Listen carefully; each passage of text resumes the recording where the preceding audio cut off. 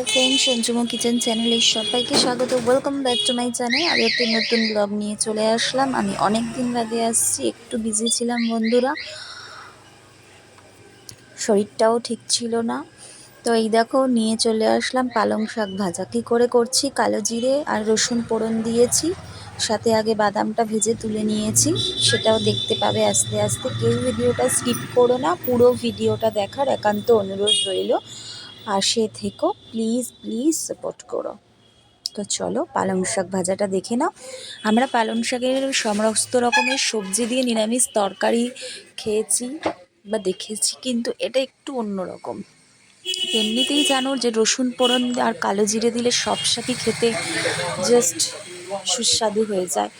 সাথে যদি একটা শুকনো লঙ্কা ফোড়নে দিতে পারি ভালোই লাগে। আমরা কাঁচা লঙ্কা চিড়ে দিয়েছি, তাই শুকনো লঙ্কা আর দিইনি।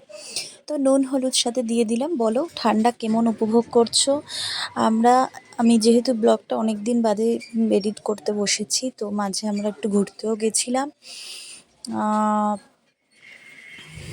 মানে পুরুলিয়া তো তোমাদের সাথে ব্লগ দেখিয়েছিলাম, জয়রামবাটিরও শর্টস ছেড়েছিলাম। তারপর এখানে আর আমরা একটু আবার দক্ষিণেশ্বর তারপরে একটু ঘুরে আসলাম।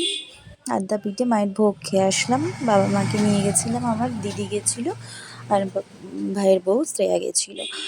তো চলো তাই এবার দেখতে থাকো। পালং শাকটা রেডি হয়ে গেছে, বাদাম দিয়ে ভেজে নিয়েছি।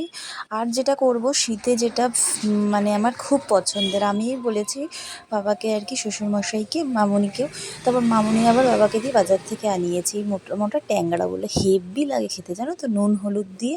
আর আমার শাশুড়ি মাই যেন তো কেটেছে, কাটতে গিয়ে আবার হাতেও একটুখানি কেটে গেছে, তবুও কিন্তু রান্না করে বেশ খাইয়েছে আমাদেরকে।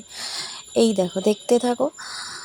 ট্যাংরা মাছটা খুবই ডিফিকাল্ট মাছ ভাজার সময়, একেবারে মানে সেরকমভাবে ভাজাটা তোমাদের সাথে শেয়ার করতে পারিনি। তো দেখতে থাকো আর কি।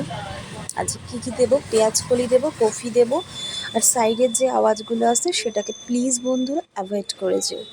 তো এই দেখো মাছগুলোকে ভালো করে ভেজে নিচ্ছি, আর পেঁয়াজ কলি, একটু আলু আর একটু কফি, আর পেঁয়াজ রসুন আদা সব পেস্ট করে নিয়েছি, টমেটো, হালকা একটু আদা দিয়েছি। তো দেখতে থাকো। মাছগুলো প্রায় ভাজা হয়ে আসলে একটু কালো জিরে দিয়ে দিলাম। মানে না কেটে দিলে তো আর রান্নাটা করা পসিবল হয় না, তো মামুনি কেটে কুটে দিয়েছে দেখেই তো রান্নাটা করে খেতে পারলাম আমরা, তাই না? তো দেখো কপিটা ভেজে নিচ্ছি হালকা করে, আলুটাকেও ভেজে নেওয়া হচ্ছে, পেঁয়াজগুলি সব ভেজে নিয়ে এবার যেহেতু মাছের আর কি, জ্যান্ত মাছের আর কি একটা রয়েছে, তো এই জন্য কী হচ্ছে বলো তো, পেঁয়াজকলিও তো ফাটে। এই দেখো সেক্ষেত্রে ওটাকে একটু ঢেকে ঢেকে আর কি তোলা হচ্ছে। এডিট করার সময় আর কি আমি আমাদের যে শপ আছে শ্বশুরমশাই, তো সেখানে বসে এডিট করছে, ওই জন্য একটু সাইড থেকে সাউন্ড শোনা যাচ্ছে, প্লিজ কিছু মনে করো না, মানিয়ে নিও। তো জানি তোমরা মানিয়ে গুছিয়েই নিচ্ছ। এরকম নুন হলুদ দিয়ে দিচ্ছি পরিমাণ মতো। আর পেস্টটা তো করে নিয়েছি, পেঁয়াজ লঙ্কা, এই যে রসুন আছে, বড় হলে 5-6 কোয়া, আর ছোট যদি হয়ে থাকে মোটামুটি হাফটা তো লাগবেই একটা গোটা রসুনে।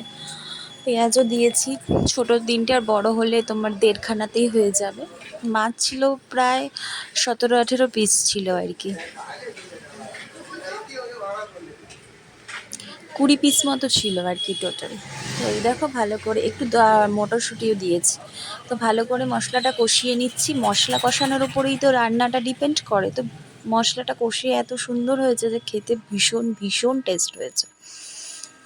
তো দেখো কষিয়ে নেওয়া হচ্ছে ভালো করে, এবার জল দিয়ে দেবো। আর ট্যাংরা মাছ জানোই তো, যে ঝোলটা ফুটলে তারপরে মাছটা দেবো, সেরকম কিন্তু রুই মাছ বা অন্য অন্য মাছ, তেলাপিয়া মাছ বলো, আরও যেসব মাছ সেরকম হয়, কিন্তু এটাই সেটা না, মাছটা দিয়েই কিন্তু ফোটাতে হবে। তো কেরম লাগলে জানিও বন্ধু, টাটা।